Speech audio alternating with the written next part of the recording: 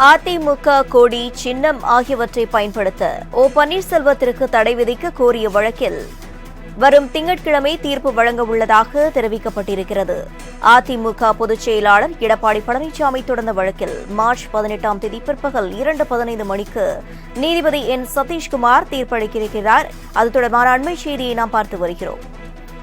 அதிமுக கொடி சின்னம் ஆகியவற்றை பயன்படுத்த ஓ பன்னீர்செல்வத்திற்கு தடை விதிக்க கோரிய வழக்கில் வரும் திங்கட்கிழமை தீர்ப்பு வழங்கப்பட இருக்கிறது.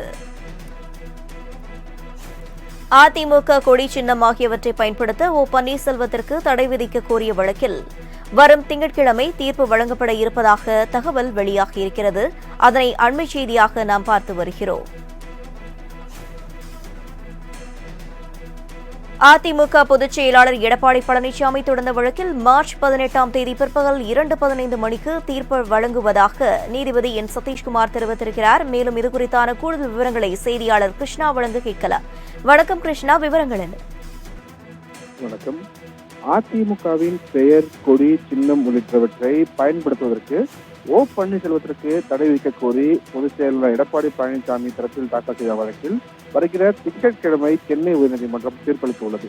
அதிமுகவின் பெயர், கொடி, சின்னம், லெட்டர் பேட் ஆகியவற்றை பயன்படுத்த கட்சியிலிருந்து நீக்கப்பட்ட ஓ பன்னீர்செல்வத்திற்கு தடை விதிக்க கோரி பொதுச் செயலாளர் எடப்பாடி பழனிசாமி சார்பில் கடந்த ஆண்டு சென்னை உயர்நீதிமன்றத்தில் உரிமையியல் வழக்கு ஒன்று தாக்கல் செய்யப்பட்டது.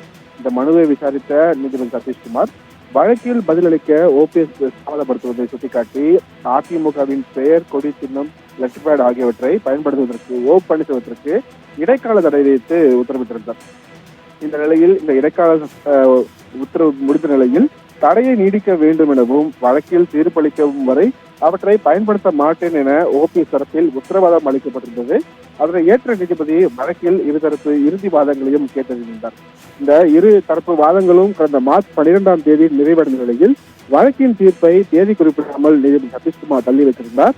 இந்த வழக்கின் தீர்ப்பை தான் வருகிற திங்கட்கிழமைக்கு பிற்பகல் 2:15 மணிக்கு நீதிபதி சதீஷ்குமார் அறிவிக்க உள்ளார். விவரங்களுக்கு நன்றி கிருஷ்ணா.